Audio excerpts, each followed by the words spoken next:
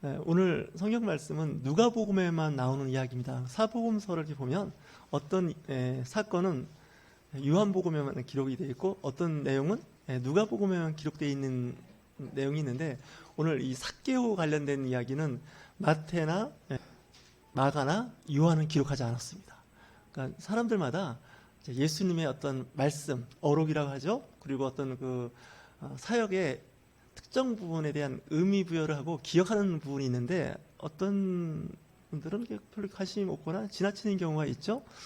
저는 이런 생각을 해봤습니다. 왜 삭개오가 누가복음에만 기록이 되었을까? 누가의 그 들은 이야기겠죠. 누가는 사실 예수님의 12제자가 아닙니다. 누가복음은 본인이 1장 처음 시작할 때 이야기했던 것처럼 이 사람 저 사람 들은 이야기를 해서 기록한 겁니다.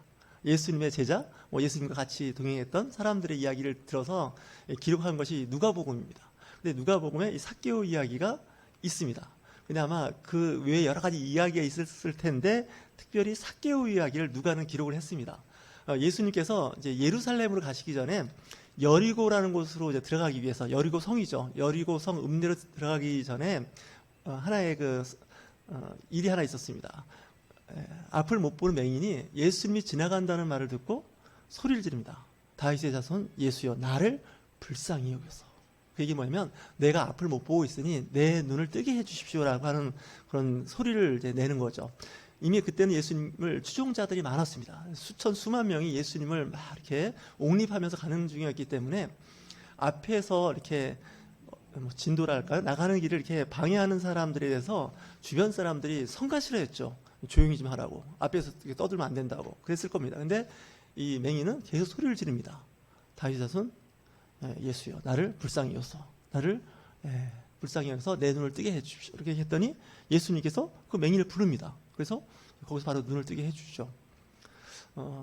내가 예수님을 만나고 할 때 몇몇 일들이 이제 일어나는데 자꾸 방해되는 일이 있습니다. 경우에 따라서는 그 방해되는 사람이 교회 안에도 있을 수 있습니다. 난 교회 가고 싶은데 엄마가 교회 오지 말라고, 너 때문에 교회 물 흐린다고. 그런 얘기 들어보신 적 있으신가요? 그럴 수 있습니다. 너 오지 말라고. 또 말썽을 막 부리고 그러면 너는 좀 큰 다음에 오라고, 이런 경우가 있는데 성경적이지는 않은 것 같습니다. 시끄럽고 좀 어수선해 하더라도 그런 사람들을 이제 교회가 수용할 수 있을 만큼 능력이 돼야 되는데 교회가 대부분 그렇지 않죠. 그래서 보통 이렇게 보면 큰 교회에 가보면 유아실이라고 따로 있어서 예배 드릴 때 그 유리로 비친 그 뒤에서 이렇게 예배를 드릴 수 있도록 그렇게 한 곳이 있습니다. 저도 저희 애들이 어릴 때 거기서 몇 번 예배를 드려본 적이 있는데 정말 정신 하나도 없습니다. 그런 사람들만 모인 데다가 앞에 또 투명 유리가 있으니 좀 어렵습니다.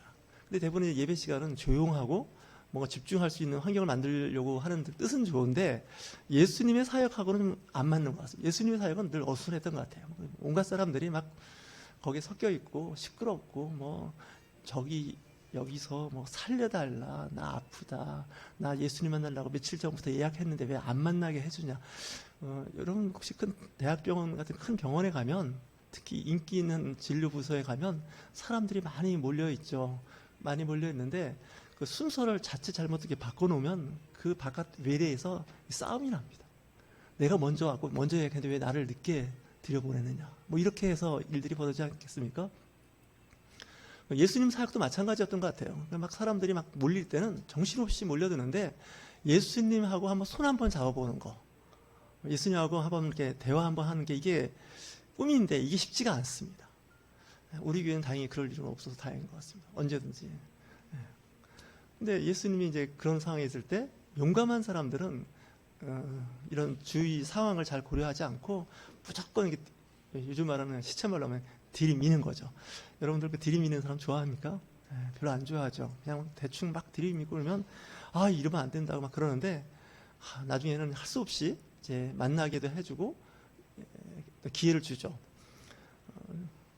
이런 말이 있지 않습니까? 억지가 사춘보다 낫다고. 들어보셨습니까? 어거지를 쓴 통에 도저히 감당이 안 되니까 이제 일이 되는 경우가 있는데, 신사답지도 않고 교양 있어 보이지도 않고 그런 데가 있나 이렇게 생각이 드는데, 성경은 의외로 그런 얘기를 많이 기록을 하고 있습니다. 말도 안 되는 상황인데 막 들이밀면 이제 일이 된다는 거예요. 잘 아시는 것 같이 한 재판관 이야기도 그렇지 않습니까? 불의한 재판관, 그 사람 정말 대단한 사람인데도 불구하고 하도 괴롭게 하니까 그 재판관이 그 과부의 이야기를 들어준다는 이야기도 있고 뭐 그런 얘기가 한두 개가 아닙니다. 오늘도 마찬가지입니다. 근데 오늘 특별히 이 삭개오도 마찬가지인데, 이 삭개오도 예수님이 여리고성으로 들어오신다는 소식을 들었습니다. 여리고성 밖에서는 이제 맹인을 만나서 맹인의 병을 치유했고, 들어와서는 이 삭개오는 어떤 사람이었냐면 세리장이라고 성경은 기록되어 있습니다. 이 세리 중에서도 그래도 장이죠. 그러니까 이렇게 생각해봤습니다. 요즘 같으면 세무소의 소장, 김포 세무소장, 좀 더 세게 하면 뭐 국세청장 뭐 이렇게 되겠죠.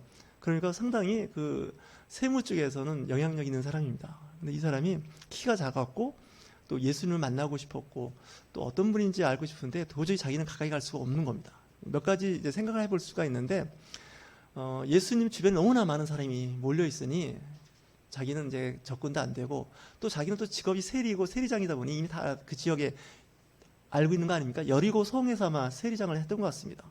여리고 사람은 다 아는 거죠. 가까이 가는 거 별로 좋아하지도 않고 뭐 여러 가지 좀 어려움이 있었을 겁니다. 그래서 이 세리장인 이 삭개오는 예수님이 저 길을 지나가실 것 같으니 그 앞에 내가 나무에 올라가서 예수님을 봐야겠다 했는데, 개역 한글에는 뽕나무로 되어 있는데 개역 개정 이 성경에는 돌 감람나무로 되어 있습니다. 전 돌 감람나무가 어떻게 생긴지는 모르겠는데 이제 올리브 나무를 보통 감람나무라고 하는데, 하여튼 그 나무에 사람이 올라갈 정도의 그런 나무였던 것 같습니다. 거기서 이렇게 예수님을 보는데 예수님이 그 모습을 본 겁니다. 그러면서 삭개오 보고 내려오라 그러죠. 그러면서 이런 얘기를 합니다. 내가 여리고 성에 들어왔는데 잠자리가 사실 예약도 안 돼 있는지도 모르겠습니다. 내가 너네 집에서 자겠다는 겁니다. 그러니까 이 삭개오가 이거 너무 좋은 거죠. 저렇게 위대하시고 정말 온갖 병을 다 고치고 좋으신 분이 우리 집에 오신다니까 너무 좋았던 거죠. 그래서 그 나무에서 내려와가지고 이제 예수님을 자기 집으로 영접하죠. 여러분 혹시 예수님께서 여러분 집에 오늘 신방을 가겠다 그러면 예스 오케이 오십시오 이렇게 하시겠습니까? 뭐 아멘 하겠죠. 근데 내가 너네 집에서 하룻밤 자면 안 되겠니? 그럼 어떻게 하시겠습니까? 좀 생각 좀 해보게. 하룻밤 괜찮아. 너네 집에서 내가 한 달 정도 머무르겠다. 그러면 어떻게 하시겠습니까? 가문의 영광이라고 생각하시겠습니까? 하여튼 세리장인 삭개오는 이제 예수님을 영접을 합니다. 근데 이제 이렇게 되면 또 이제 주변 사람들 사이에서 이제 말이 나오기 시작합니다. 오늘 말씀의 시작이 그렇죠. 사람들이 수군거렸다는 거예요. 예수님이 예언자시고 사람의 마음을 꿰뚫어 보시는, 중심을 보시는 분이 어떻게 삭개오하고 같이 지내겠다고 말씀을 하실까? 우리는 이 세리들하고 말을 안 섞습니다. 다 아시는 것 같이 당시 이 유대는 로마 제국의 식민지였습니다. 식민지였기 때문에 그 식민지를 갖고 있는 이유가 있습니다. 세금을 걷는 게 일입니다. 제국들은. 그래서 세금을 걷는데 이제 로마 사람을 통해서 세금을 걷는 게 아니라 자국민 유대인한테 이제 세금을 걷도록 이제 해서 그 세리라고 하는 직분을 줘서 그 사람들이 세금을 걷게 만듭니다. 근데 이 동족인데 이 사람들이 세금을 징수할 때 좀 더 걷었던 것 같습니다. 그러니까 적당히 했으면 괜찮은데 좀 과징한 거죠. 세금을 많이 걷어갖고 일부는 자기 생활비 그 이상으로 쓰고 일부는 좀 로마 정부에 했던 거죠. 그 당시 유대 사회에서는 이 세리란 직업을 좋게 안 봤습니다. 그러니까 동족의 피를 빠는 기생충 같은 존재로 생각했죠. 그러니까 이 세리는 사람들 사이에서 이렇게 인기가 있는 게 아니라 아주 미움의 대상이었습니다. 성경에서도 미움의 대상, 거리를 두어야 할 사람, 그리고 그들과 함께 공유하지 말아야 할 직업이 있다면 세리였습니다. 우리 역사적인 그 배경으로 본다면 친일파입니다. 친일파. 그러니까 그 일본에 그 협조하는 사람들이죠. 그러니까 이제 한국 사회에서는 뭐라고 하겠습니까? 저 친일파, 우리 동족의 피를 빠는, 왜 그 이야기 있지 않습니까? 일본 순사의 앞잡이, 뭐 이런 얘기 들어보셨습니까? 일본 순사의 앞잡이. 일본 사람이 한국을 들어왔는데 식민지니까 한국을 잘 모릅니다. 그러니까 이제 그 친일파적인 어떤 사람들을 이렇게 섭외를 해서 그 사람 통해서 이제 통치를 했던 거죠. 그러다 보니까 친일파에 대한 그 감정이 좋지가 않은 거죠. 그 사람이 누구냐? 세리입니다. 세리이면서 오늘 특별히 더 미움받는 세리장입니다. 그러니까 그 당시는 감정이 어땠는지 알 수가 있는 상황입니다. 근데 예수님께서 그 친일파 집에 가고, 친일파야 거두입니다. 거기서 잠을 잔다 그랬으니 사람들이 뭐라고 하겠습니까? 예수님, 그래 여리고성에 그게 잘만한 데가 없습니까? 그러지 마시고 우리 집으로 오십시오. 우리 집에 오는 게 훨씬 좋습니다. 그 세리하고 같이 지냈다 그러면 예수님 그 사역 경력에 흠이 됩니다. 그런 얘기 들어보셨습니까? 흠이 됩니다. 절대 그렇게 사람들하고 밥도 먹지 마시고 말 걸어도 말도 하지 마십시오. 그들하고 어울리는 순간 예수님은 같이 친일파로, 아니면 요즘 이제 그렇게 표현하지만 과거로 치면 로마 제국의 부역한 사람으로 이제 낙인 찍힙니다. 이렇게 얘기하는 거죠. 지금도 우리나라에서는 그 뭐 여러 가지 그 과거사에 대해서 좀 안 좋은 이야기들을 하지 않습니까? 근데 이제 성경을 자세히 들여다보면 이 좀 과거를 이렇게 툴툴 털어버릴 수 있는 역량이 됐으면 좋겠어요, 그리스도인들이. 근데 의외로 그걸 잘 못해요, 기독교인들이. 자꾸 과거의 어떤 사건을 자꾸 발목을 잡으려고 그러죠. 그렇게 되면 참 어렵습니다. 과거는 지나간 겁니다. 정리가 됐든 안 됐든 그냥 지나간 것 같고 자꾸 얘기하지 말고 미래를 이야기할 수 있어야 됩니다. 앞으로 어떻게 할 것인지. 그렇지 않습니까? 대인관계에서도 마찬가지입니다. 그 애증관계가 있지 않습니까? 사랑의 자와 미워할 증자 아닙니까? 이 애증관계에서 너무 과거에 집착을 하면 일을 할 수가 없습니다. 과거에는 뭐 그랬다 할지라도 앞으로 무슨 일을 해야 할 것인지 이런 생각을 하면서 해야 되는데, 사람들은 자꾸 과거에 안 좋았던 추억을 자꾸 이렇게 생각을 하죠. 그렇게 되면 참 인생이 우울해집니다. 가능하면 과거는 이제 묻지 않고 자꾸 의미 부여를 안 하는 게 좋습니다. 우리 옆에 계신 분들과 서로 인사할까요? 나는 당신의 과거를 모릅니다. 우리 또 한번 인사할까요? 또 한번 하겠습니다. 알고 싶지도 않습니다. 사람들은 걸핏하면 과거 얘기를 끄집어내서 사람을 힘들게 할 때가 있어요. 그렇게 하면 안 됩니다. 왜냐하면 과거는 어쩔 수가 없어요. 지나간 거기 때문에 방법이 없어요. 과거는 과거고 이제 앞으로 어떻게 해나갈 것인가 이런 생각을 해야 되는데, 이 교회조차도 자꾸 과거에 집착을 해요.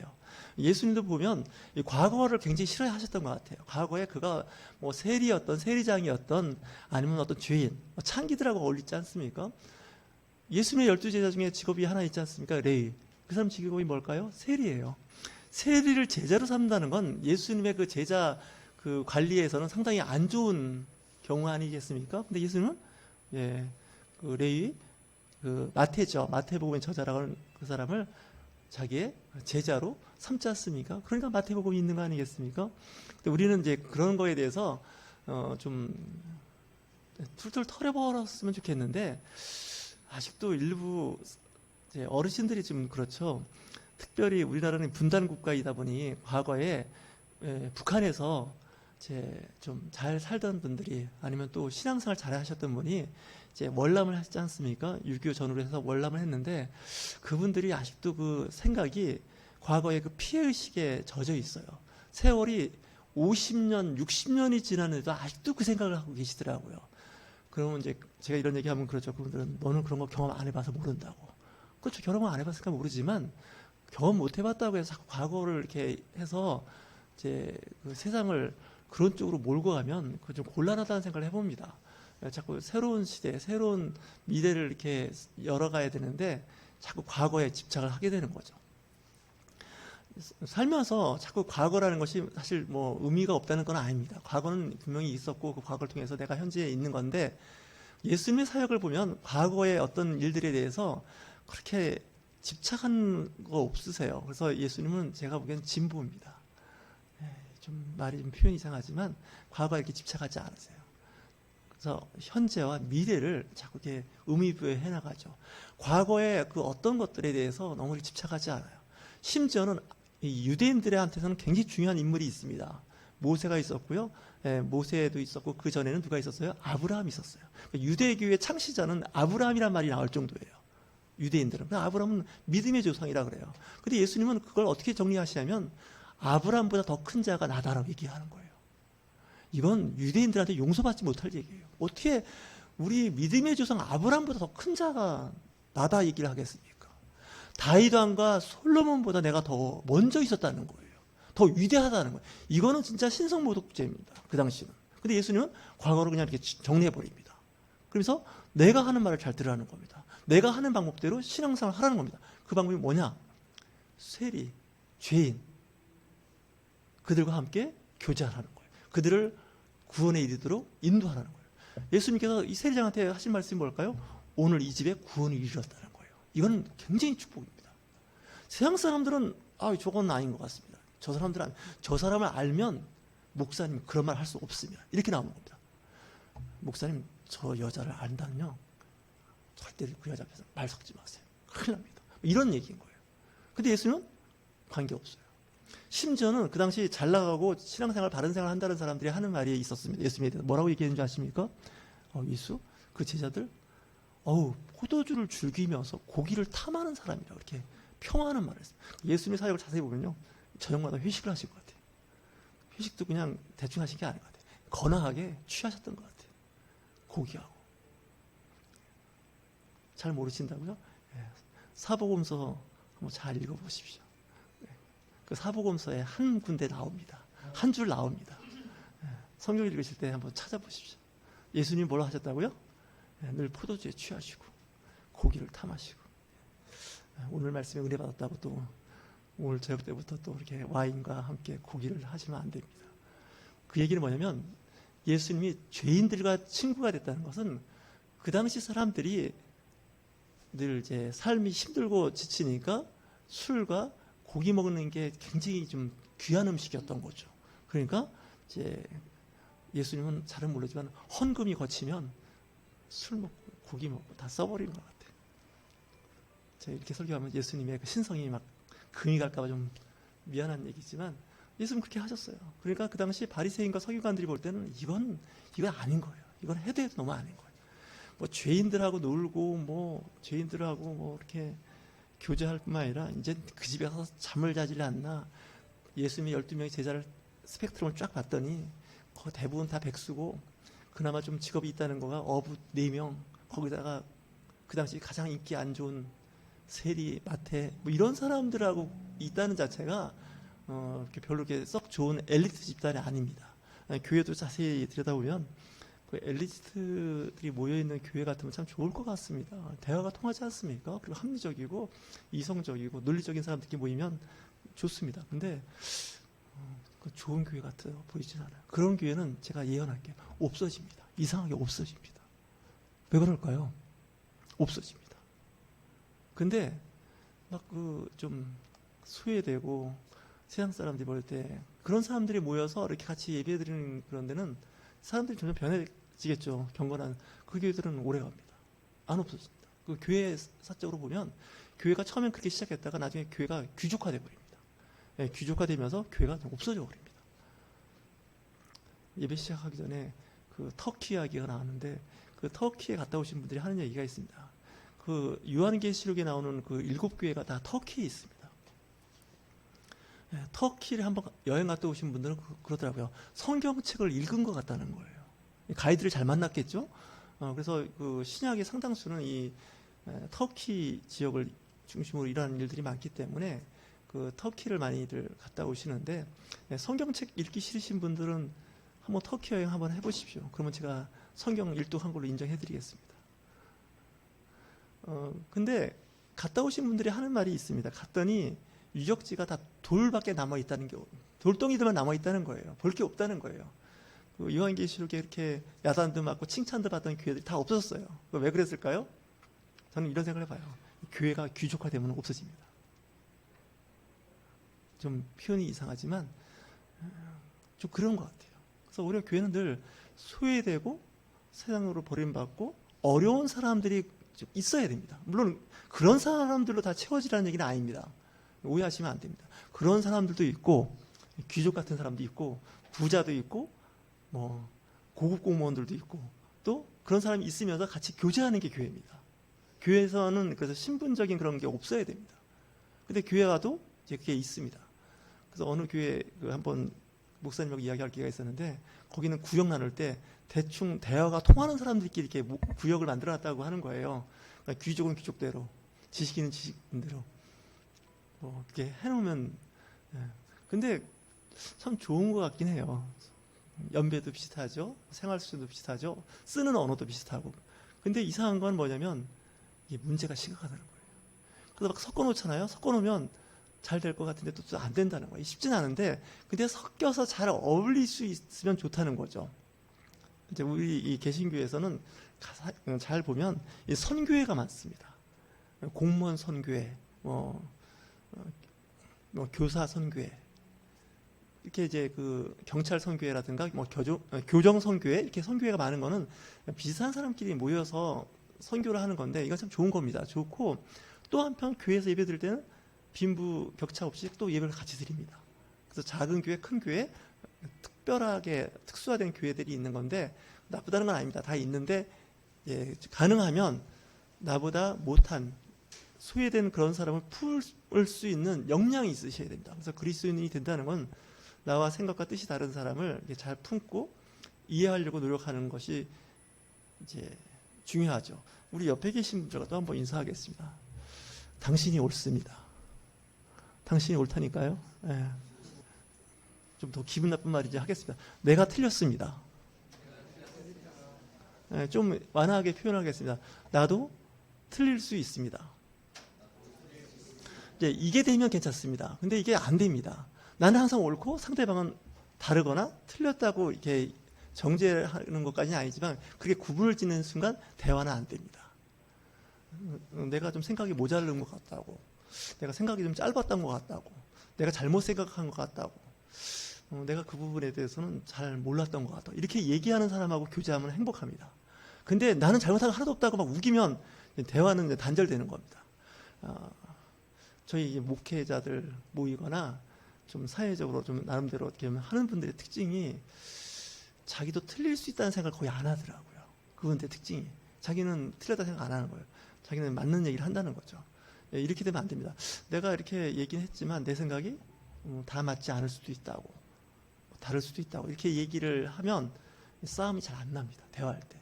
근데 내가 하는 말은 절대적이고 상대방이 이야기하는 것은 상대화시키거나 좀 문제가 있다고 생각을 저도 그렇게 하거든요. 그러면 대화가 안 되고 이제 문제가 생깁니다. 교회 안에서도 특별히 그렇습니다. 난 이렇게 신앙생활 하는데 저분은 왜 이렇게 신앙생활을 저렇게 할까? 그럴 때는 어떻게 한다고요? 그분은 그분 나름대로의 신앙생활을 하고 계신 거구나, 이렇게 생각하면 됩니다. 아셨죠? 나처럼 하라고 그러면 안 됩니다. 왜냐면 특히 이제 목회자들이 이제 나를 따르라 뭐 이런 얘기 하지 않습니까? 나를 본받으십시오. 저희 교회 전에 인사할 때 그런 인사 했죠. 나를 본받으십시오. 기억나시나요? 요즘 잘 안 합니다. 왜냐면 이게 안 되는 거예요. 사도 바울은 자기 서신서에서 4번 했습니다. 그 얘기를. 근데 그래서 사도 바울처럼 목회하면 제가 안 된다는 걸 알았어요. 그렇게 하면 안 돼요. 나도 틀릴 수 있고 나도 생각이 모자랄 수 있다는 생각을 하면 그 공동체는 행복합니다. 부부지간에도 마찬가지죠.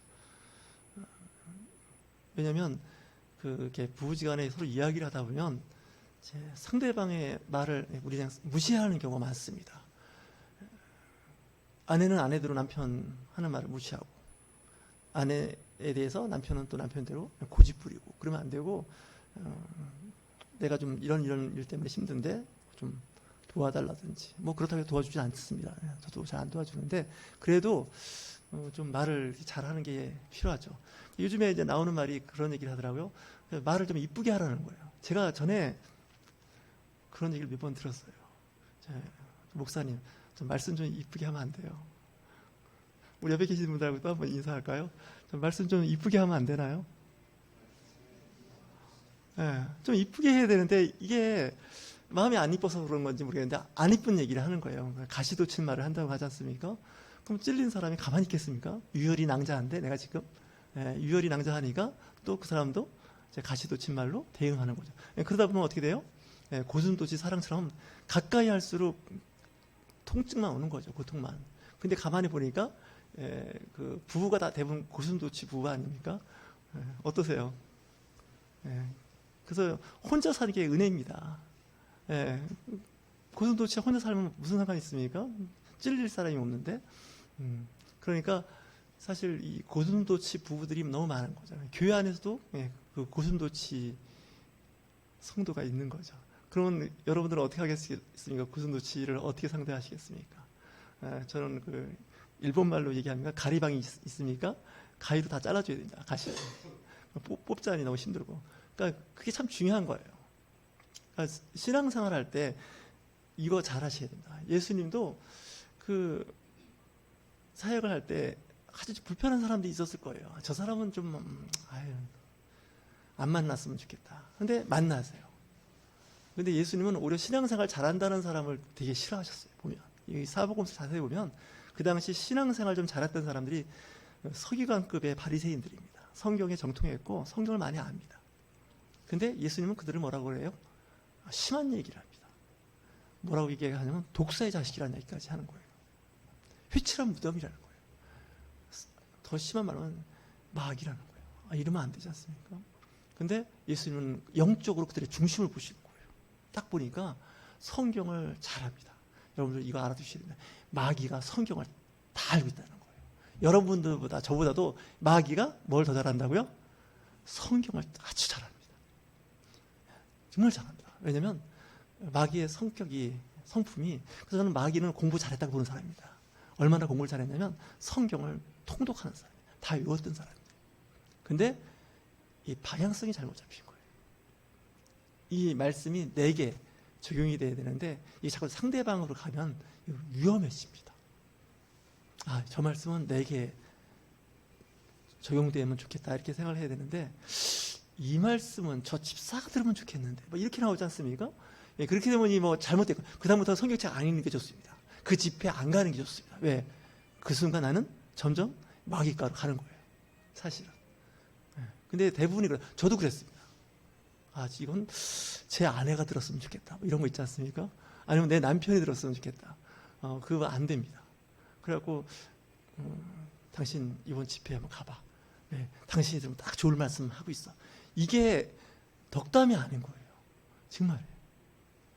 그래서 잘 보셔야 됩니다. 삭개오 이 이야기를 잘 보시면 여러분들이 깨닫는 게 있으셔야 됩니다. 왜 누가는 삭개오 이야기를 했을까? 그 사람들이 싫어했고 또 뭐라고 할까요?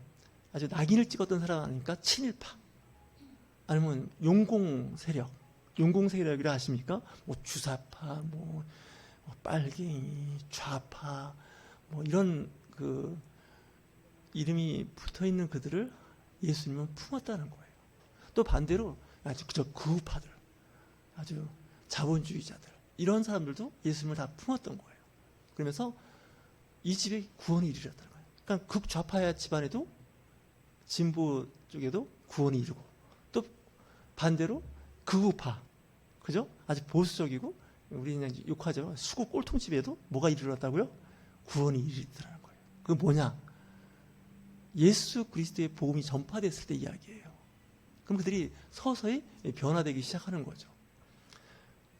제가 그 성경을 읽으면서 참 힘들었던 거가 그 요한계시록 2장에 보면 자칭 유대인의 회라나 사탄의 마귀들의 모임이라고 그래요. 그 얘기를 지금 이 시대에 적용시키면 교회라고 하는데 그 교회가 이 마귀들이 모여있는 교회예요. 이 말 들으면 무슨 신천지가 하는 말 같아서 좀 그렇긴 한데 이 신천지가 우리 이쪽을 뭐라고 욕을 하냐면 바벨론 교회라는 거예요. 바벨론 교회. 타락한 교회 아닙니까? 하나님의 성령은 역사하지 않고 역사하는 척하는 거지 사실은 그 안에 뭐가 역사한다고요? 어둠의 영이 역사한다는 거예요. 마귀들이 득세를 한다는 거예요. 그래서 잘 보셔야 된다는 거죠. 왜냐하면 이 성령이 역사하는 교회와 문의는 기독교라고 대한예수교 이렇게 기독교 대한 이렇게 이름이 붙지만 실제는 그 안에 뭐가 있다고요? 마귀들의 모임이라는 거예요. 왜냐? 이 삭개오 같은 사람을 품지 못하는 거예요. 응? 세리 같은 사람. 그리고 죄인들 있지 않습니까? 그런 사람을 못 품는 거예요. 왜? 저것들은 용공분자라는 거예요. 저것들은 주사파 그 북한을 추종하는 세력이라는 거예요. 이래선 대화가 안 돼요. 또 반대로 저것들은 돈밖에 모르는 아주 자본주의 극치를 이루고 있는 인간들이라고. 또 이렇게 하셔도 안 돼요. 그래서 교회 안에 들어와서는 서로 이렇게 교제하고 하는 거죠. 국회에도 보니까 조찬 기도회 모임에 보면 여당과 야당의 국회의원들이 모여서 같이 예배드립니다. 그때는. 물론 생각이 다 뭐 어떤지 모르겠지만 저는 그런 생각을 해봅니다. 예수님의 그 사역을 자세히 한번 연구해 보십시오. 성경을 읽으실 때 뭐 성경을 통독하라고 했으니 창세기부터 시작해서 요한계시록까지 1년 동안 읽어야겠다 이렇게 고민하지 마시고 사복음서만 읽어보시면 됩니다. 누가복음 추천할 만한 복음서죠. 그래도 됩니다. 그리고 말씀에서 깨닫는 바가 있고 그 말씀을 내 생활 속에 적용시킬 수 있으시면 다 안 읽으셔도 괜찮습니다. 저는 그렇게 생각하는 사람입니다. 신앙생활 할 때 너무 이렇게 오지랖 넓게 크게 잡으시면 오히려 더 힘드시고 어렵습니다. 오늘 말씀 여러분들 삶 속에서 잃어버린 자가 있습니다. 잃어버린 자를 찾기 위해서 인자가 오셨다는 거예요. 예수님께서. 그래서 내 주변에 잃어버린 사람이 누군지를 보십시오. 근데 잃어버린 사람들 중에는 두 가지인 것 같아요. 스스로 이렇게 나간 사람도 있는데 교회 공동체가 그 사람을 따돌림을 해서 그 사람이 교회 밖으로 이렇게 유랑하는 분들도 있습니다. 예수님은 어떻게 말씀하시냐면 저들도 아브라함의 자손이라는 거죠. 그래서 그 차별하지 마시고 잘 받아들여야 되는데 이게 쉽지가 않습니다. 저도 이게 잘 안 됩니다. 자꾸 이렇게 칸막이를 만듭니다. 선을 긋습니다. 근데 그렇게 하는 것이 성경적이지 않은 거죠. 요즘에 그 부서 간에 벽을 헐자 이런 말을 많이 하지 않습니까? 말은 그렇게 하는데 실제는 그렇게 안 됩니다. 각자의 그 역량이 좀 달라서 그러는데 2024년에는 그 역량을 좀 약간 좀 넓혀보시죠. 막 확 문짝을 띄워놓고 막 다 문 열어놓으라는 게 아닙니다.